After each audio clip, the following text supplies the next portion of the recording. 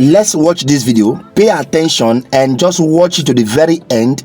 I'll be back. Abel Damina is my name. Look. I couldn't wait to get back home and be a part of the ongoing conversation. There's been this conversation going on whether there's a genocide in Nigeria or there's no genocide in Nigeria. And I listen to certain individuals who say there's no such thing in Nigeria. Well, whether you call it genocide or you don't call it genocide, let me speak as a victim. I am not just a student of research, but I'm speaking as a victim of these gruesome circumstances around the Nigerian people, where innocent lives have been taken away by some people who think they have more right than others in this nation.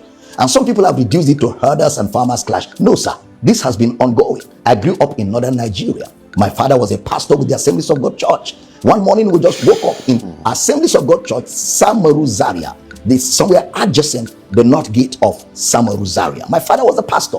All of a sudden we woke up in the morning, no provocation, nothing. And the next thing we were hearing was people were just running all over our house and the church with machetes and all of that. The next thing was they started pouring petrol all over the building, both the church and the house, because our house was attached to the church. And the next thing was flames. Everything was burned right down to ashes. We narrowly escaped, found a place where we could shelter ourselves in the military barracks. Eventually, they brought us back to the lecturers' quarters of ABU Zaria, and we had to camp with a family for weeks and months before we could rebuild and start life all over again. That is long. I'm talking about 1986, 87. What about the Metasine situation? Metasine was a sect of the Islamic religion who went around burning and destroying and killing Christians back in the 80s. This is far before there was anything like farmers and herders clash. Then fast forward. What about in the year 2000, where over 2,000 people were killed in Kaduna? Year 2000. What about the over 300 people that were victims of the Miss World in November 2002? All of them, they were not a part of the Miss World. They were just on their own. Something happened somewhere else and they became victims of it. Lives were killed, houses were destroyed, and whenever they are carrying out this charade, they'll be shouting Allahu Akbar, Allahu Akbar, and they will carry their matches and carry whatever they have, and they will move in their numbers. And everybody on their way that is not chanting what they are chanting becomes a victim. I can go on and on. A few years ago, I was preaching in Kaduna for a great man of God, and I only succeeded in preaching Sunday morning service. After the service, the next morning, as we were preparing for the next service on Monday, the next thing I was hearing was the whole city is on fire. Kaduna is on fire. Please stay in the hotel room, don't come out. They are burning churches, they are killing everybody. That is how we were stuck in a hotel. Even in the hotel, we were not sure of ourselves, because they were going from hotel to hotel, room to room, killing people that were not chanting Allahu Akbar.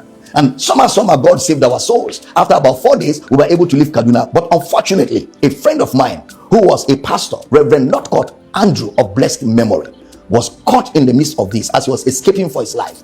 They caught him because he was wearing a collar of a bishop. They hacked him to death, dug the ground, buried him, and put a cross there. It is that little wooden cross that made people know that there was a corpse in that place. And this, my friend, was buried. These are real life situations. So for somebody to just sit down in the comfort of his home, maybe somewhere in the south, and be saying there's no such thing in northern Nigeria, my brother, you've not been a part of it. We've been right in the heart of the fire. I remember one night, these Muslim boys were all over the place in my school, and they were shouting Allahu Akbar. They were looking for me. I had to escape. That night, my saving grace was that I found a female hostel and I slept under the bed. By the next day, I left town. For what? I did nothing. No provocation. Just because I am preaching the gospel. And of course, some of them believe that once you are not of the Islamic faith, you are an infidel. And they believe that if you kill an infidel, you will sleep with 7 virgins. All of this kind of indoctrination that leads to violence at the slightest provocation. Whether it has to do with the people or not, you just get on the street. What about the Reinhard Bonnke crusade?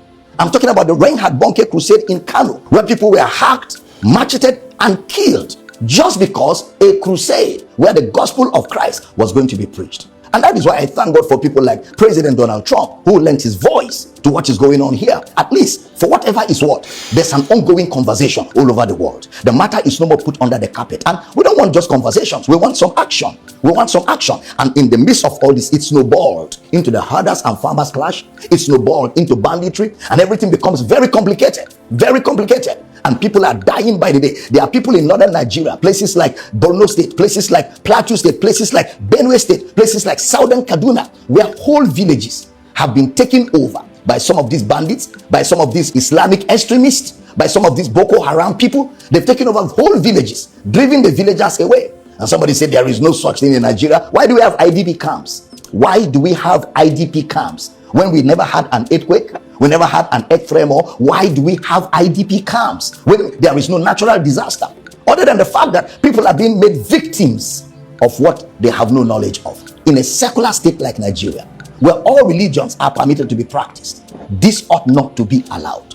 This ought not to be allowed at all. Our government have a duty. Now, when you live in a country like that, where you don't know what becomes of you the next day, you go out, you don't know if you're going to come back. When you go to church, you're not sure if you're going to come back. When you live in such a country, it's almost as if there's no government. And because the first responsibility of government is security of lives and properties. That's the first responsibility of government, whether at the federal level, at the state level, or at the local government level. Because the population don't have access to arms. But unfortunately, some of these bandits, some of these terrorists, some of these extremists, they're carrying AK-47s, and you wonder where did they get them from. In fact, it's unfortunate that at a point in Nigeria, there was even a local government in Borno State where Boko Haram drove all our Nigerian security forces and put their flag there. It's very unfortunate. And the government of Nigeria need to do something quickly. Otherwise, where this is taking us to, we do not know. This has to come to an end. The ADP camps need to be emptied. Let people go back to their homes. Let people go back to their villages. Let people go back to their farmlands. Let people go back to their habitations so that they can live normal lives. So they can live the life they're supposed to live on earth. You know, this is very important. And this conversation is so critical at this time. And it's critical that I add my voice to it as a victim of this situation in a country like Nigeria. And I'm believing God that the day has come when this menace will surely come to an end. God bless the Federal Republic of Nigeria. Amen. So what do you think about this video? Drop your thoughts right there in the comment section. Like the video. Subscribe to the channel if you have not. If you have subscribed, I say God bless you. And most importantly, make sure you share this video to reach every other person. Bye for now. See you next time.